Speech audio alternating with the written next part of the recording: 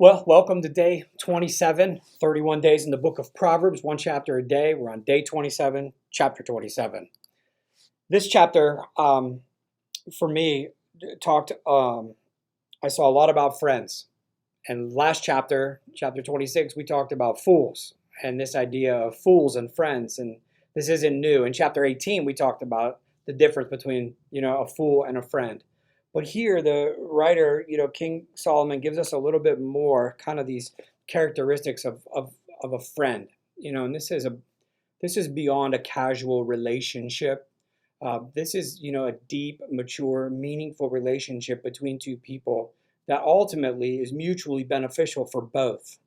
That they're both investing in each other's lives in a healthy way. But before we get there was one verse that kind of caught my attention. It was verse 19, which says, "As a face is reflected in water, so the heart reflects the real person." Again, King Solomon, through this, has given us a lot of truth and wisdom about our hearts and how they drive our actions, and it's the seat of our passions and emotions. But as a face is reflected in water, so the heart reflects the real person, right? That the heart is a mirror. If we look into our heart, we see ourselves just like we would if we look in our reflection in a pool of water. It's who we really are, that nobody else knows other than God. Nobody can see our heart. Nobody can, really hear what it's what we think. It's what I want ultimately. It's what's driving my decisions, and the outside, my actions. I can dress them up to look very different than my motivations that really are driving them, my heart. So I just felt like, there was some conviction for me in this to see my heart as a reflection of who I really am. And if we do this, then we focus on, kind of our shortcomings, where we're failing, where we could do better. And I don't want to leave us in a place of discouragement, because we don't have to stay there. This should draw us to Jesus, not just discourage us and leave us in a state of discouragement, but should encourage us that Jesus loves us as we are, but too much to leave us that way. Romans 12:2 talks about, don't be transformed, by the ways of this. Don't be conformed to the ways of this world, but be transformed by God. He changes us from the inside out, right? He changes the way we think. He aligns our heart with His. So if what we see in our heart when we look at that reflection isn't Jesus, then know that God still has work to do if we allow Him to. But let's get to the friends. I saw this in 4 different verses, the word friends, and just kind of how they played out. So verse 6 says, "Wounds from a sincere friend are better than many kisses from an enemy." Now, this isn't just wounds from a friend, wounds from a person. This is wounds from a sincere friend, which tells us the heart of the person, that their intentions are pure, they're right, they're sincere. And this is better than many kisses from an enemy. And we know kisses as a sign of affection. I read this and I thought of Jesus in the Garden of Gethsemane getting kissed by Judas, right? It was the act of an enemy, but he used something that was a symbol of love. We need to consider when a friend with a sincere heart, somebody whose motivations are good, wounds us, it's probably going to be with the truth that we don't want to hear, that we don't want to believe, we don't want to accept. This isn't just somebody going around just wounding people. This is a sincere friend, someone who has our intentions, as a priority, that wants to see us get better. And maybe we're missing something, and we're called to this level of accountability with each other to help. So wounds from a sincere friend are better than many kisses from an enemy.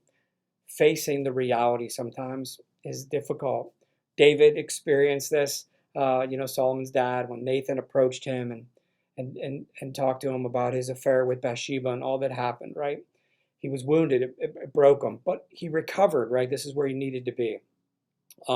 Verse 9 says that the heartfelt counsel of a friend is as sweet as perfume and incense.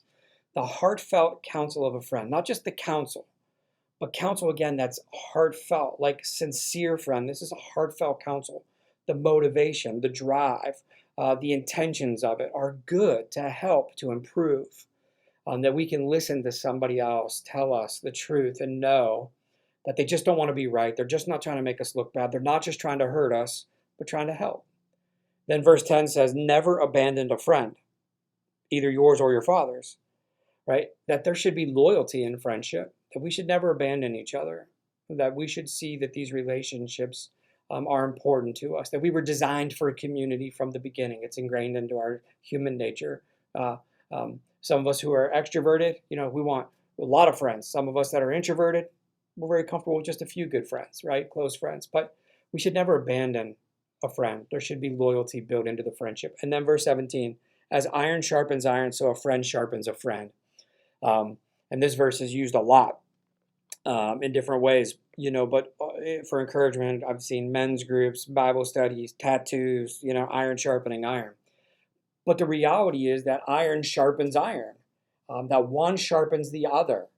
And this is how a mutually beneficial friendship should work, that we sharpen each other, that there's going to be times where I'm a little bit sharper and you're a little duller, and I'm going to use, what I have as a sincere friend with heartfelt counsel because I'm loyal to you to help sharpen you. And there's going to be times where I'm dull in an area of my life and you're sharper, and I'm going to need you to sharpen me. Sincere, heartfelt, loyal. If we can get those things into friendships, then we can be authentic, real, transparent. We can acknowledge our weaknesses. We can accept correction, right? And know that we're growing together. So I've always been encouraged since grade school, if you want a friend, to be a friend. And I read these things through, about friendship all through the book of Proverbs. And I think the reality is, be somebody like this. And you'll find that you'll surround yourself with people who are like this back to you. But let's work proactively to develop these friendships, to deepen them, and not just wait for somebody to show up in our life that's willing to do these things for us. But let's go and initiate these types of things in the relationships we had, to deepen and strengthen them, because we need each other. That's the truth. We need each other. So I hope this encourages you. Today I look forward to tomorrow, Proverbs 28. Thank you for hanging out with me.